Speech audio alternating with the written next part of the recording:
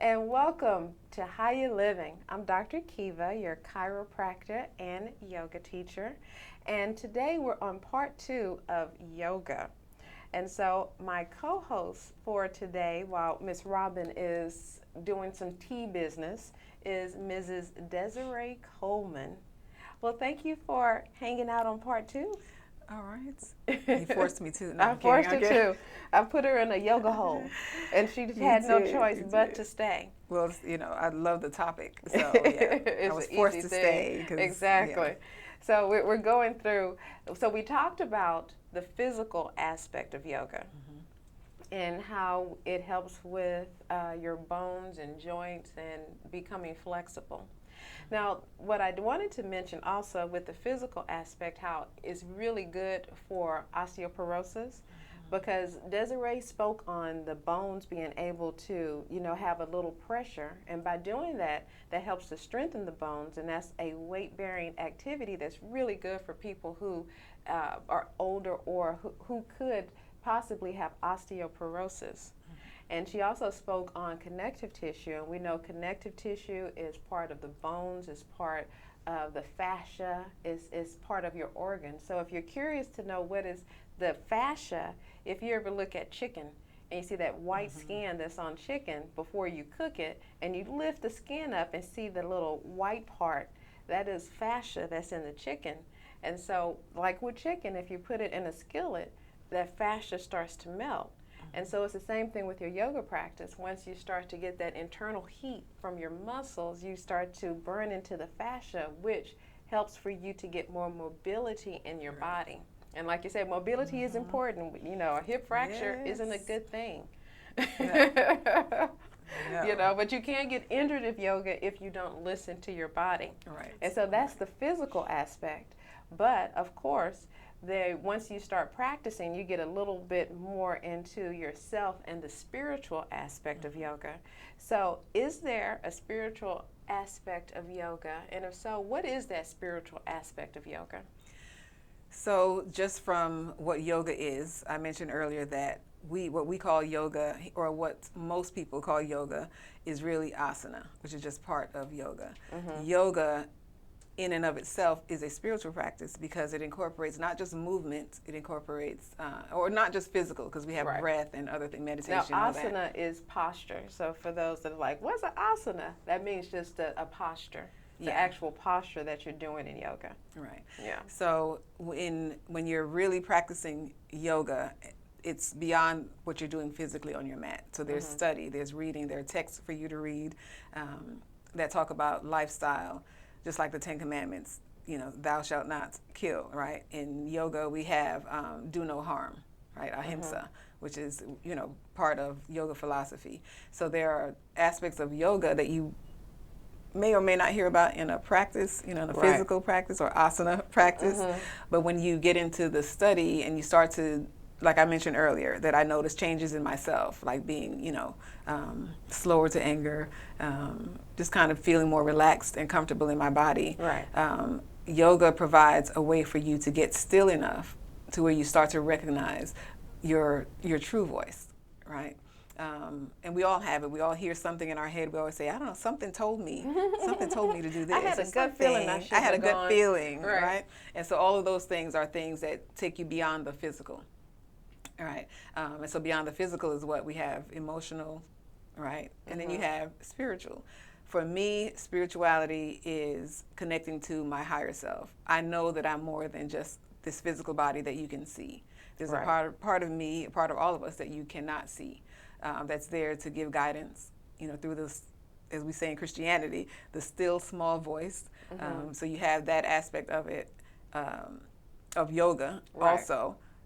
Where you start to recognize I like to call it the voice of truth, right? Because what we're seeing, you have to be still. Yes. So that's the part of yoga, or meditation, which is part of yoga, that helps you to get still enough and be comfortable, in your own body, to sit still enough to just listen. And it's a practice. So let's see. So one, you said to do no harm. What are some of the other just big thoughts that do no harm? What are some of the other ones that we look at? self-study. Self-study. Right. Mm-hmm. Where are you? Where am I right now?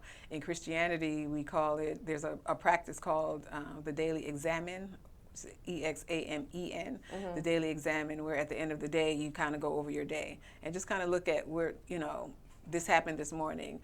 How did that affect me? What did I do? What choices did I make today? Just kind of looking over your day, analyzing where you are, and then seeing what you can do better tomorrow. Yeah. I wonder how many of us really, at the end of our day, going, okay, what did I do? What did I do that was on a higher level? What did I do that I was on a lower level? Speaking of levels, what is this term? Everybody seems to be saying vibration. I'm on a high vibration. I'm on a low vibration. And I think it's like the new kale. Yes, vibration. It is. So what are your without thoughts on vibration when it comes to spirituality? So because we are vibrational beings, right, without going into the science, and of course, I am a scientist, but without going deep into the science, we are all vibration. Everything has a vibration. Even rocks have a vibration. Right. And we're talking about religion or Christianity. There's a scripture in the Bible that says, if you don't praise me, this is God saying, even the rocks will praise me. Right. And when we look at that from a spiritual aspect or a vibrational aspect, even a rock has vibration. In order for each cell of a rock to actually to exist or to come together where it looks like a solid thing, there's vibration, there's movement, right? And so because we are all vibration, there are times when our frequency is really high. There are times when our frequency is low, right? Sometimes we have like an even keel vibration, and so everything is vibration. We're just hearing a lot more about it now, and people are trying to understand. And you do have to have some kind of understanding of vibration when you're looking at yourself, looking at the things that you do, the choices that you make. Vibration is very important. It is. Yeah. And I think that even on a simple term, like you say, everything has vibration. Even your organs have vibration, and they vibrate actually with different colors. So everything does have vibration. So your atom, the smallest unit in your body, actually has vibration with some of its deeper cells. Right. So we're all those vibrations. And there was this one study where they had some water, and they would speak kind words to the water, and they would speak loving, high vibration. So those things of high vibration of love and joy, and low vibration of anger and jealousy.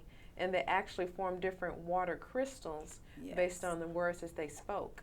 Yes, that's fascinating. Even plants, now we have finally figured out that plants also communicate. And their plants give off a vibration.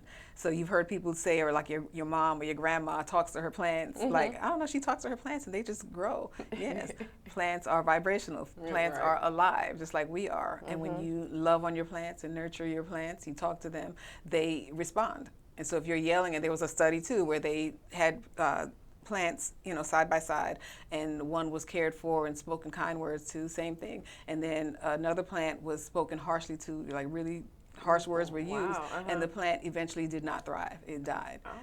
I love my plant babies. I go, hi, how you doing this morning? Let me give you some light. Yes, Let me I just got back today after 5 days, and I went straight to my plants and talked to everyone.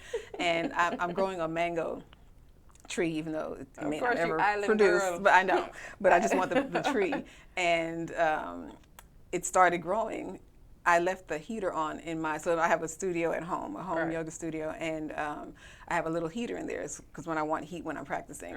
And so I left it on while I was gone. I didn't know I was going to be gone for 5 days. And so it was really warm in there. But my mango tree, which was like a little thing, like it barely came through the seed. When I got home, it was like this big. It was it really enjoyed the heat. It was like I'm in the tropics. Yes, I was like, tropical. Oh my God, I'm so excited. So I had to go visit my plants before I went to work. So we look at vibration, and we look at doing no harm and being mindful of the foods we eat and how we speak. Now, the one thing I want to talk about is meditation. I've had a few people, not really going deep into how to meditate, but I've had people say, well, I don't do no meditation, I'm Christian. Or I've heard that, I really have. Or I can't practice yoga because I'm a Christian. you know. Yeah. And guess what? We're going to take a short break because I see it in your eyes. She has a lot that she's going to say on that. So we're going to take a little short break, and when we come back, we're going to talk about yoga and Christianity. That's a big topic that we always tend to get a wall for. So join us as we talk about all things yoga on How You Living. We'll be right back.